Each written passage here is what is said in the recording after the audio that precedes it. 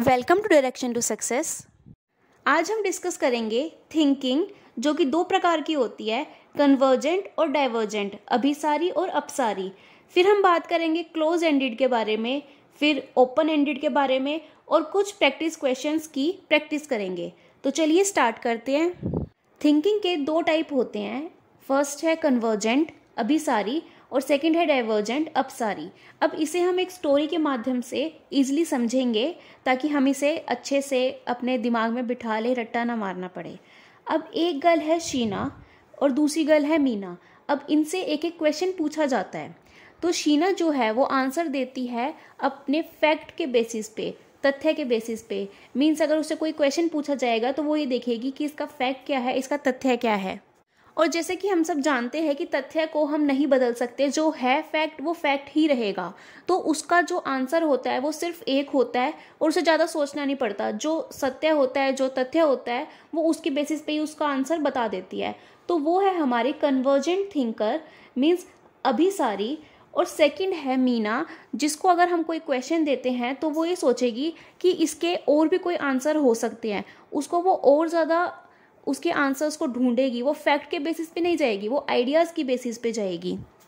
अब जैसे शीना ने अपना ज़्यादा माइंड यूज़ नहीं किया, बस जो फैक्ट था वो उसने बोल दिया। बट जो मीना है वो क्रिएटिव अपना दिमाग लगाएगी और आउट ऑफ द बॉक्स सोचेगी, मीन्स नॉर्मल से ज़्यादा सोचेगी। और एक क्वेश्चन के आंसर में वो एक आंसर नहीं बल्कि बहुत ज़्यादा आंसर ढूंढेगी और बहुत ज़्यादा आइडियाज़ को बताएगी। तो वो है हमारी डाइवर्जेंट थिंकर, मीन्स अपसारी। अब इसको हम डिटेल में पढ़ते हैं। कन्वर्जेंट थिंकिंग, इसका एक क्वेश्चन का एक ही उत्तर होता है। ये लॉजिक और फैक्ट पे बेस्ड होता है, मतलब जो हमारे तर्क और जो तथ्य है वो उसी पर बेस्ड होता है। अब हम अगर तर्क की बात करेंगे तो हमारे जो इंटेलिजेंस है, हमारी जो बुद्धि है, उसका विकास होगा अगर हम कन्वर्जेंट थिंकर है तो। और इसमें जो क्वेश्चंस होते हैं वो ऑब्जेक्टिव टाइप होते हैं, मतलब वस्तुनिष्ठ होते हैं। क्योंकि हमें पता है कि अगर हम पूछेंगे कि भारत का प्रधानमंत्री कौन है तो उसका एक ही आंसर होगा, क्योंकि वो फैक्ट है। अब ऐसे तो है नहीं कि भारत का प्रधानमंत्री हमारे लिए कोई और है, पड़ोसियों के लिए कोई और है, ऐसा तो नहीं है ना। तो वो एक ही है, तो वो फैक्ट है, तो उसका एक आंसर होगा। और ये ऑब्जेक्टिव टाइप होते हैं, जैसे कि एमसीक्यू और ट्रू फॉल्स। अब जैसे इस पिक्चर में दिखाया हुआ है कि जो हमारा आंसर है वो फैक्ट पे बेस्ड होता है। नेक्स्ट है इसका एक एग्जाम्पल।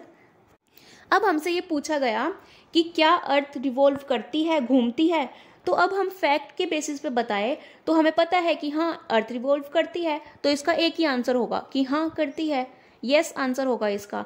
तो हम इस आंसर को चेंज नहीं कर सकते, तो इसमें हम अपनी कन्वर्जेंट थिंकिंग को यूज करेंगे और इसका आंसर देंगे। अब इसमें एक टॉपिक आता है क्लोज एंडेड। अब हम कन्वर्जेंट थिंकिंग को क्लोज एंडेड भी बोलते हैं, जैसे कि इसके नाम से पता चल रहा है, क्लोज मीन्स बंद। क्योंकि हम इसमें एक सीमित क्षेत्र में ही सोचते हैं, एक लिमिटेड एरिया में ही सोचते हैं। हम ज़्यादा क्रिएटिविटी यूज़ नहीं करते, ज़्यादा आइडियाज़ का यूज़ नहीं करते। बस जो फैक्ट है हम उसी के बेसिस पे आंसर देते हैं। तो अगर एक क्वेश्चन है तो उसका एक ही आंसर होगा। और भी बहुत सारे एग्जाम्पल है, जैसे कि 2+2 क्या होता है, तो वो 4 ही होता है। तो ये एक फैक्ट है कि 2+2 4 होता है, तो आप 5 नहीं बना सकते उसे। नेक्स्ट है डाइवर्जेंट थिंकिंग, अपसारी चिंतन। अब इसमें हमारे एक क्वेश्चन के बहुत सारे आंसर्स होते हैं। अब कुछ भी पूछा जाएगा तो उसमें हम अपने आइडियाज़, हम अपने माइंड का यूज़ करेंगे एंड देन आंसर देंगे। इसमें हम फैक्ट का यूज़ नहीं करते हैं, इसमें हम यूनिक आइडियाज़ का यूज़ करते हैं।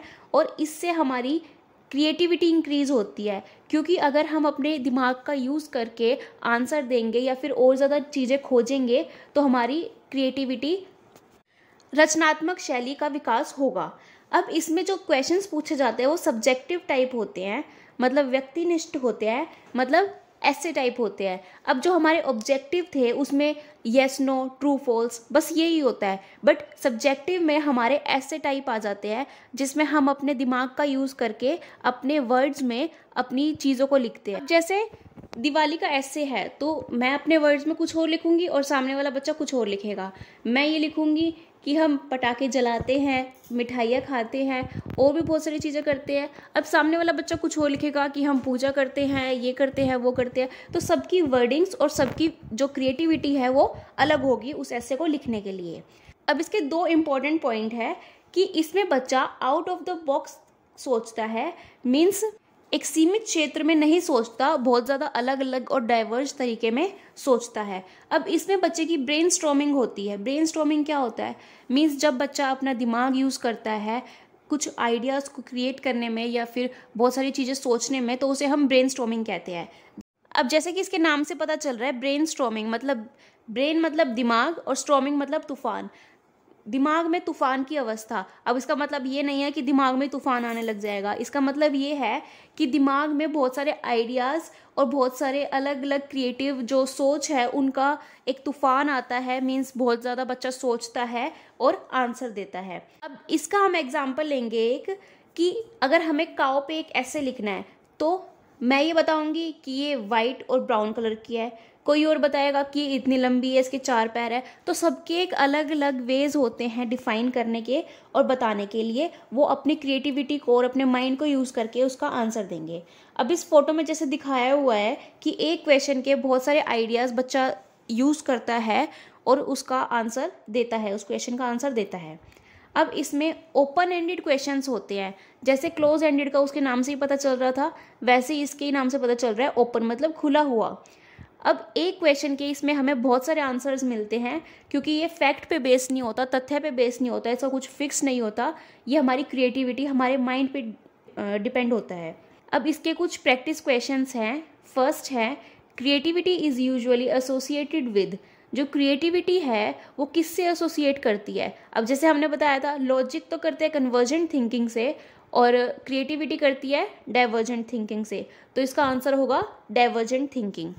अब हम इसे एक और तरीके से याद रख सकते हैं, कन्वर्जेंट। अब इसमें कन्वर्ज का मतलब होता है एक और या फिर एकाग्र। तो मतलब कन्वर्जेंट थिंकिंग का मतलब हुआ एक और सोचना या फिर एकाग्र, एक ही तरफ सोचना, ठीक है।